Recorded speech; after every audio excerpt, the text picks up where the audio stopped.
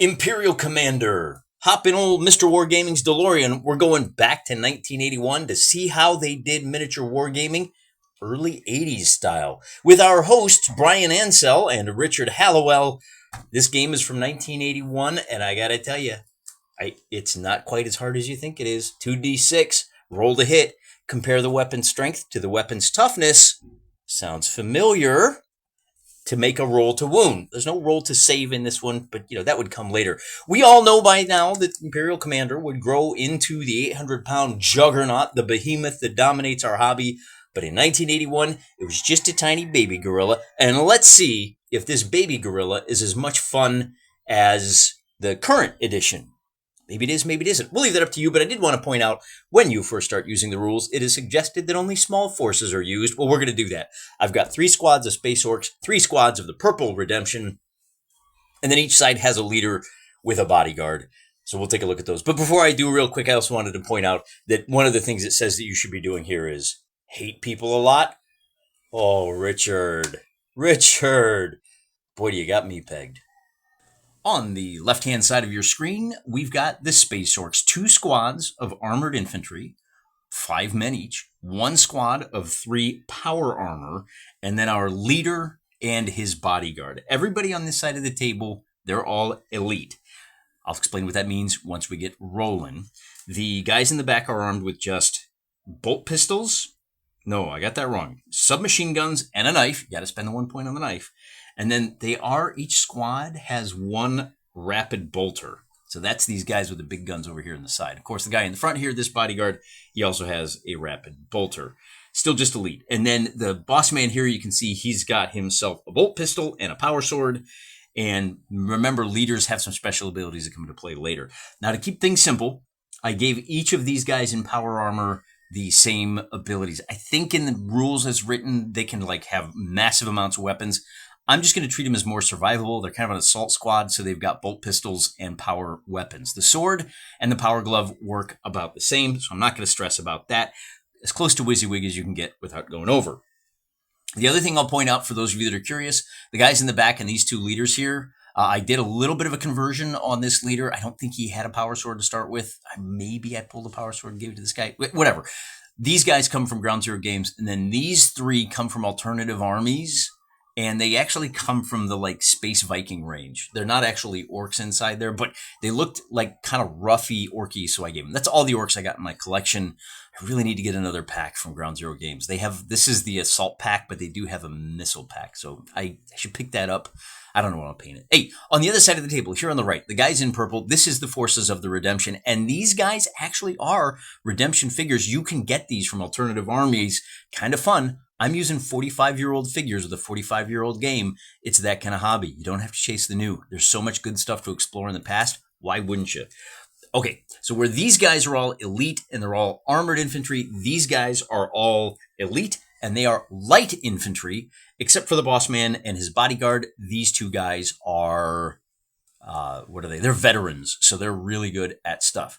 Now, the elite infantry on this side all have SMG and knife. So same loadout as the orcs, with the exception that each of these squads has a little bonus. This guy has a heavy bolter, and he has a knife. Oh, and he's a veteran too. I beefed up the squad support weapons. This guy has a missile launcher. He is also a veteran. And then this guy has a flamethrower. He is not a veteran. The other thing I'll point out to make the points balance out, these are both about 260-point lists. The Redemption is 5 points shy. Close enough. This guy is a scout. He has what is called an auto ranger, which allows him to call in off-board artillery once per fire phase, or twice per turn. He can do it on their activation and on their activation. Funny thing, now I didn't buy anybody grenades except for this. I didn't see any rules for scattering in the rule book. Maybe they're there and I just didn't find them. If they did, let me know. That's enough of the abilities. And then this I should point out. This is really it's like a head on a spear. I'm going to call that a power axe. So that's one of the best melee weapons in the game. Let's take a look at the terrain and what we're going to fight over. It's going to be a real simple King of the Hill scenario. And that's going to be our hill. We're in a little town square. Whoever has the most guys inside the circle of statues and trees wins. The only broken ground we have is these two little patches here. Most of the rest of this blocks line of sight, that kind of thing. The buildings, we're not going to go in those at all. We're just going to leave that for now. Rules get complicated on those.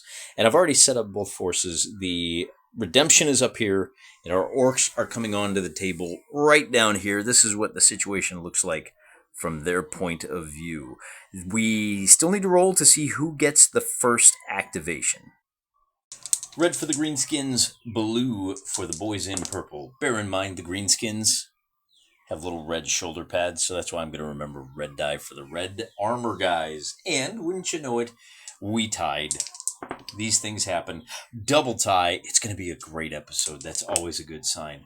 Finally, the boys in purple are going to get the first activation. So I'm going to go ahead and do their first move, and then we'll talk about firing. All firing is simultaneous. Remember, most of these guys have submachine guns. They only have a range of 10. So at this stage of the game, we're really only looking at those support weapons. The orcs have rapid fire bolters. They have a maximum range of 50, which means the guy here in the point, that's as far as he can shoot. They don't have any shots. The redemption has a missile launcher way back here. He's got a whole bunch of guys in the way. He can't fire.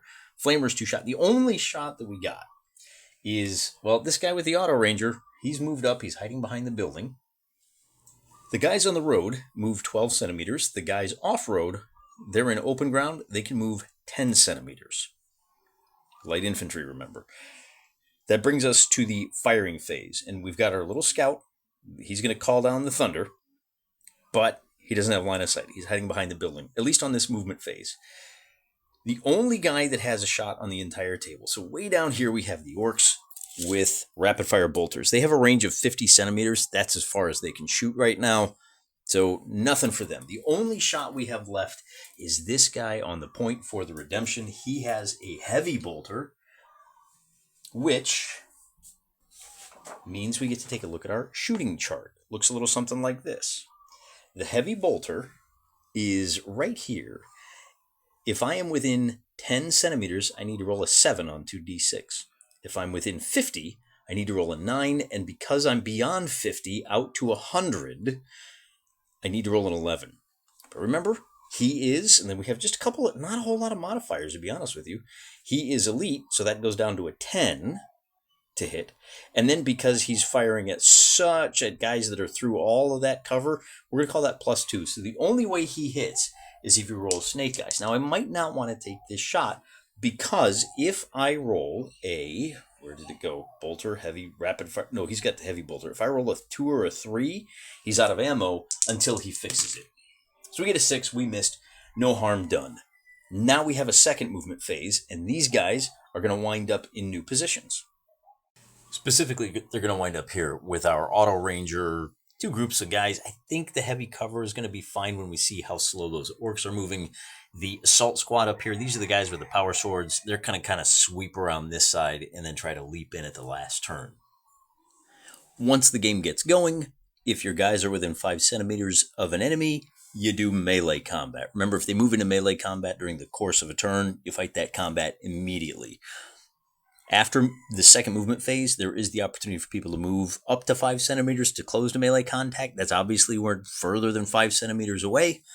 So I've already done the first movement bound for the orcs. The guys on the open ground only move 6 centimeters. Remember, these guys are armored. They're a lot slower. On road, the power armor moves 12. And again, these guys only move 8 on the road. So what I've done is I've brought the power armor to the 4. They're going to eat a bunch of bullets to let these guys catch up. I don't know how tough they are. Remember, this is a fumble through. So our leader is now screened by the guys in front. As usual, we're going to do that when you fire, you have to fire at the nearest threat. Unless the nearest threat is behind cover, it's a harder shot. You can take an easier shot, which is probably going to be the case here. Let's take a look at things from the orc perspective. We'll do all of their shooting first. We may be close enough if we pull out just a little bit and we take a look. Oh, well, remember, these guys have, I could be wrong. These guys only have pistols. They are assault heavy boys. 50 centimeters for this repeater takes us to right there. So he does have a shot, but it's going to be, again, it's going to be a really hard one. We got to check those rules. Maybe not as hard as I thought. Just for the record, the bolt pistols have a range of 20 centimeters. Looks a little something like this. This auto, well, yeah, he's actually blocked out as well. So this is the only guy that has a shot. It's going to be through heavy cover, so it's going to be at +2. He is at -1. And remember, in this game, those modifiers are applied to the toughness number. This is a toughness number game. You're not affecting the die roll. So our rapid fire needs a 7 to hit out to 50 centimeters. 7. That number goes up to 9 because of the heavy cover, falls back down to an 8 because it is an elite guy taking the shot. With a 6, he is going to be unsuccessful. Meanwhile, that rapid fire bolter, here's 50 centimeter range. So you can't see him. He's hiding behind this tree right now. He's a little bashful. There's 50 millimeters. I'll measure from the orcs to those guys. You can see he's got plenty of range. So we look at the midterm range band for that rapid fire. This was a heavy. He needs a 9, and I'm going to stop showing you this. You're just going to have to start taking my word for it. But I did want to show you how easy this is. So rapid fire needs a 7 to hit, but he's firing a heavy bolter. He needs a 9. Again, it's +2, but it's -1. So altogether +1. Now he's hitting on 10s, and he's firing at these lead guys right here. You only get one shot. With a 9, he's just going to miss, and the orcs get to make another movement. At the start of the first movement bound, the table looks a little something like this. And at the end, it looks like this, with one of our squads moving around to here. We've got a couple of guys inside the hill, if you will. Now this squad here, I got 3 guys up front. Remember, they have to stay within 8 centimeters of cohesion. 8 centimeters looks a little something like, here, I'll put my thumb on the 8. So as long as they're within that distance of each other. That means our leader here is, I think the leadership is 12 centimeters. So these guys are going to get a bonus for having the leader nearby. And of course, the one thing I'm going to do with my leader is swap these guys out. I want to make sure that the guy with the auto ranger, first of all, the leader's hanging back. He doesn't want to lose it. We don't want him to lose his ability. We're going to give the guy who's calling the thunder down a little better sight line to somebody so he can make a shot. And then these guys are just huddled up, waiting to assault into the hill when that time comes. So that's it for movement today. Bringing these guys around here does mean that they're not going to have an open line of sight to shoot at the lead elements of the orcs. Here they are. There's those lead elements. But it also means they can't be shot at. And of course, on the next turn, they may be able to swing wide around here. Well, again, they got to stay within 8 centimeters. So, that's what that looks like. Again, all fire is simultaneous. I'm going to do the orcs first, just because I think this is a really cool shot. In fact, I'll probably snap a picture of this and post it on Twitter 2 weeks ago. So one thing to be aware of, we are still not to 10, but we're within 50. So our heavy bolter has the same shot. He's going to shoot at this squad. This time we get a 10. That's going to be a hit. So finally we get to determine what happens when you're hit. The rapid fire bolter, where is it? It's right here. It does high power. So we come over here to the high power chart. And against lightly armored, this is lightly armored infantry, power armor, and dreadnoughts. So this first column here, if we roll anything but a 1, that's a kill. If it's a 1, that's a near miss. So with the result of a 2, this guy is going to be dead. Now I'm going to knock him over just to remind me he's dead, but he still does get to take the shot because, as we said, all firing is simultaneous. Now I have 3 shots with these bolt pistols. Bolt pistols have a range of 20 centimeters, which allows them to reach the Statue of Winged Victory over here. So I got 3 shots at this squad over here, and I'm going to roll to see if I get hits first. And I should probably find out exactly what that means. So taking a look at this, with the bolt pistol, this is bolters here, bolt pistol at a range of 10 to 50, we need a 7. They're still in a heavy cover, still an elite guy shooting. That means we're going to be hitting on an 8. So the 6 will be a miss, and I got 3 of these shots. A 6 will be a miss, and I wonder if these are loaded dice. And finally, a 7 is going to be a miss. So the 3 assault boys are all going to miss. That's all the fire that the orcs have. Now we get to return fire. The dead guy does not have the range. I don't think he does. Yeah, all the regular troops have SMGs. They can only fire 10 centimeters. So until somebody gets into range, it's not going to happen. But we do have something fun to do. First of all, we have a missile launcher that has a line of sight. And it might even be... they're in the wide open. So I think we're going to call that an open shot. We're going to bring down a missile. And of course, this guy is also going to try to call down a artillery support onto this squad right here. This is the easy one. You just roll. In every fire phase, he gets to roll. On a 5 or a 6, we're going to drop a big boom boom right there. 6. Nailed it. Best 15 points we've ever spent.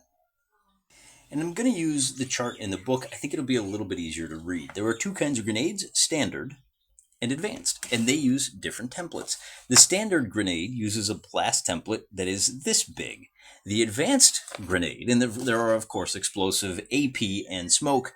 We could hit him with a stun grenade. Ooh, that might be interesting. But instead, I'm going to go ahead and hit him with the explosive. That means we're going to use blast template number 3. Now, the explosive grenade, let's compare this. The explosive grenade that's thrown does this template. This is what we just dropped. And that means we're going to drop a template with a diameter of 13, it's called 14 centimeters. So I said we're going to drop it on these guys, 14 centimeters. If we had dropped it right, it's a radius of 14. So if we drop it right in the center of these guys, 14 is going to hit these 2 guys in addition to these 5. Now, whether they hit these 2 guys, I'm going to give that a 50-50. I'm going to use the standard Warhammer rule for templates. If you're entirely under the template, you're definitely hit. If you're partially under, we're going to roll, and on a 1, 2, or 3, you're hit. So I get a 2 and a 6. So one of these guys is hit. That means 6 of these guys are going to have to eat a, what kind of power is it? It says standard impact. So we go back to the charts, and a standard impact against, now we use the second column because we're firing it against armored infantry. On a 1 or a 2, it's near miss. On anything else, it's a kill. So because I have 5 shots here, and things get a little bit complicated, let me roll for one of the guys over here. 1 or a 2, it's a near miss. It's actually going to be a kill, so we'll take one of those off. Now remember, morale clock goes down by 1 for each of these guys. Basically, if we hit 11 for either of the teams, that means it's time to start making morale checks. But I got 5 more guys that I need to check for, 4 standard, and 1 guy with a big gun. I'm going to roll for the 4 standard guys first. Better yet, I'm going to roll 4 red dice for the standard guys. All the same rules apply. Anything but a 1 or a 2, so we completely wipe out that squad. Holy shnikes. All right, I'm impressed. Got to remember, and I don't think there's any bonuses for cover in here. That's 6 down for the gray skins. My green skins are gray skins. And that's not it. We're still not even done, because remember, we have 1 more guy that can fire with a long enough range. The guy with a missile launcher over there, he can drop a missile on these guys, and because they're in the open, I think it's going to get kind of ugly. Well, let's check the official range. We're absolutely in the 10 to 50 range band, so now we got to come down and take a look. With a missile launcher, we need an 8 to hit. They're in the open, so there's no real cover there, and he is still elite, so we only need a 7 to hit. Am I looking at that right? That looks pretty easy. Yeah, missile launcher 7, and I can use any advanced grenade. So again, I'm going to target the center of this unit with that same... Oh, I'm going to use AP this time. I want to take these guys out. So instead of using the standard explosive, let's take a look at the difference here. If I'm using standard explosive against power armor, it's no effect on a 1 or a 2 if I land the hit. In order to kill, and then a 3 is a near miss, which is basically a stun. They can't really do much for the next turn. However, if I'm using the AP on that, and this even appears on this chart too somewhere, and this is why people probably don't like it. So if I'm hitting them with, I got to use the advanced. Explosive smoke, limpet, affects 1 figure, -2 on the hit roll, power impact. Stasis, template held in stasis until the next fire phase. Ooh, time freezes. I can hold them in place. I don't want to do that though. Instead, I just want to try to see if we can get the standard impact. I guess we use the blast template 3. Now, blast template 3, that's the big one. That's the one, right? 14 centimeters across. So if I drop it right in the center, it's going to hit basically everybody. Oh, it's 7 centimeters across, I should say. So it's also going to hit this leader base right here. But I still need to roll the hit. And if I miss, it's just going to be a no effect. Okay? So I roll the hit, I get an 8, that's going to be successful. So we drop it right in the middle. Anybody within 7 centimeters, so right in the middle, 7 centimeters, I take it back. This guy is going to be a 50-50. 1, 2, or 3, he's hit. 6 he's not, so it's just the 3 boys in front, and I got to roll 3 times to see what the effect on them are. I get a 6, 6, and a 4, and that standard impact is going to 4, 5, or a 6. Power armor goes bye-bye. All right, the big guns are where it's at. 6 more points gone. That means they've lost a total of 12 points. That's more than half. They have to start making morale checks. On further review, these guys are now shaken. You make morale checks at the end of each of your own phase. We're still in the purple guys phase. They've only made their first bounding move. They still have to make the second one before the turn is over. And that means the assault squad will move up directly behind those planters. We've got 1 squad here and then another squad behind these 2. They're all within 8 centimeters. We're going to leave the leader back there just in case. That will be the end of the turn. Now it's time for the orcs to go. The first thing we have to do is get these guys out of line of sight of him. We can't even really reach out and touch him just yet. I think maybe that's the best thing to do. I'm going to bring my leader over here into hard cover. And I'm going to bring this heavy bolter guy into hard cover as well. These guys can only move, they can only move 6 centimeters when they're off. So we can kind of bring them up here into the soft cover. I really want to take a second shot at that guy with the auto ranger. So I have these 2 guys. Oh, you can't even see him, can you? There you go. So I have this guy and I've got this guy, and they're going to be dumping fire on him because that's really about all we can do if we want to survive. Again, they're going to be at the same. Everything is going to be the same. We're looking for an 8. We get a 5. No good. We get a 6. No good. And it's just not looking good for the orcs. Now they get to return fire, and that means we launch the missile launcher at these guys. A 9 is going to be a hit, even though they're in heavy cover. And so, boy, everybody's going to get hit. We're definitely in that realm. So I've got 3 guys. I'll check this squad here first. See him right there. These 4, and the guy with the heavy bolter is right there. Hey, not too bad this time. 1, 1, 2, 2. I wondered when those were going to show up. With the standard shooting at these guys. Oh no, you know what? These are armored infantry. Well, 1s and 2s are near misses. Now that is going to do some. So all 4 of these guys got a near miss, and near miss is interesting. It's basically suppression. I'm going to roll for these 2 guys next. Same thing, looking for 1s and 2s. Oh, I got to re-roll that because I need to know whether it's the leader going down. The leader is green. So 5s and 6s, both of these guys are eliminated. And these guys are all laid down. They cannot move or shoot until after the next fire phase, and that includes the next fire phase of these guys over here. Which means they're not going to be able to take advantage of their second bounding attack. I think we're done. I think we've seen everything there is to see in this. Oh, at the end of their turn, I also have to make a morale check, and let's see what happens with that. I get a total of 10, and the leader is off the table. They've passed with a 10, but basically you need to roll a 7 or higher. Well, why don't we go ahead and take a look. Flip to the page for morale test.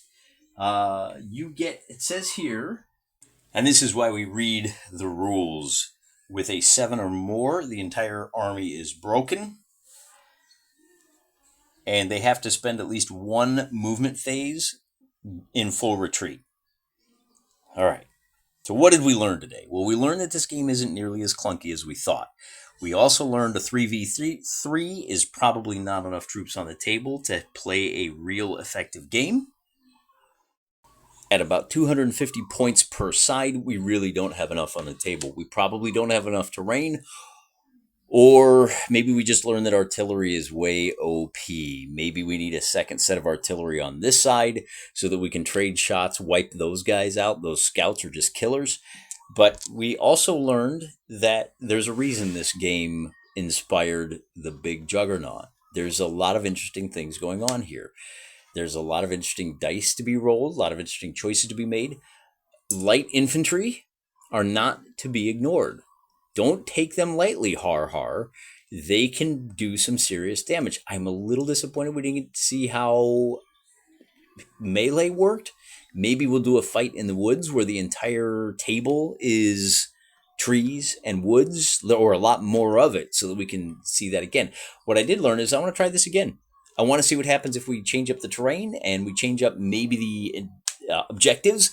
The game does not have, as I said at the start of the video, any detailed scenarios. That's really on you. So there's something here. There's really something to this.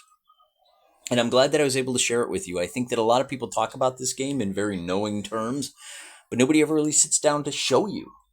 And now you can talk about it in much more knowing terms because you've seen it applied firsthand. There's a lot of value in that.